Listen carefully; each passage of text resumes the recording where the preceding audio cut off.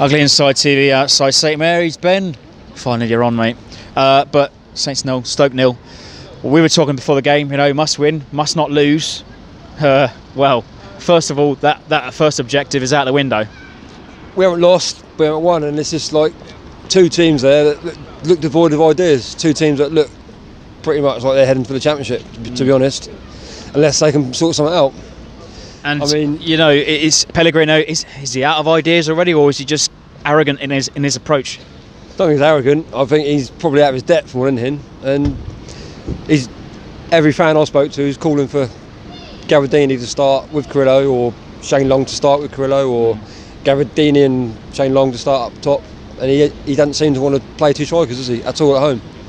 No, not so. I mean, you know, when we had Pella, the big man, he worked off a smaller attacker to help him score the goals. Pella was there to hold the ball up, to knock it down. Carrillo has been sort of doing that since he's come into the squad, but he needs to play alongside somebody, in my opinion. Was that his header that went wide when the goal was pretty much fully open? Buffal, wasn't it? Was it Buffal, was it? Yeah. Okay.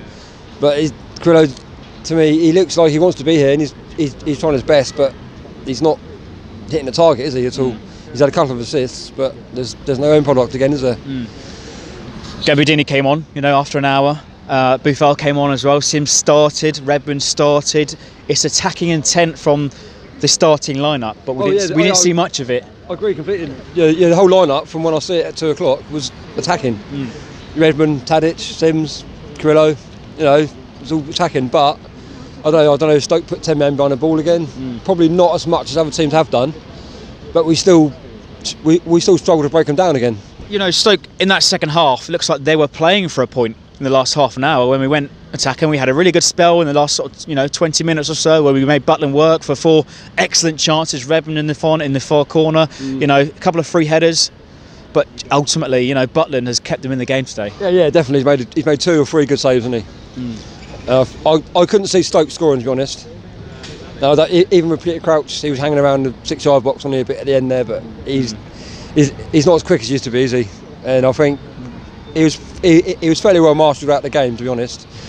But we should have scored one or two, maybe, you know, a good while before that, and we haven't, and it's left us, I would say, in a fairly dodgy position, being honest. One thing for sure, though, you know, Watford got a winner today, so that took them out of the last position on match of the day tonight. Yeah. So that'll be us then, will it? Yep, guaranteed. Yeah, okay, well, then I'll probably stay out then.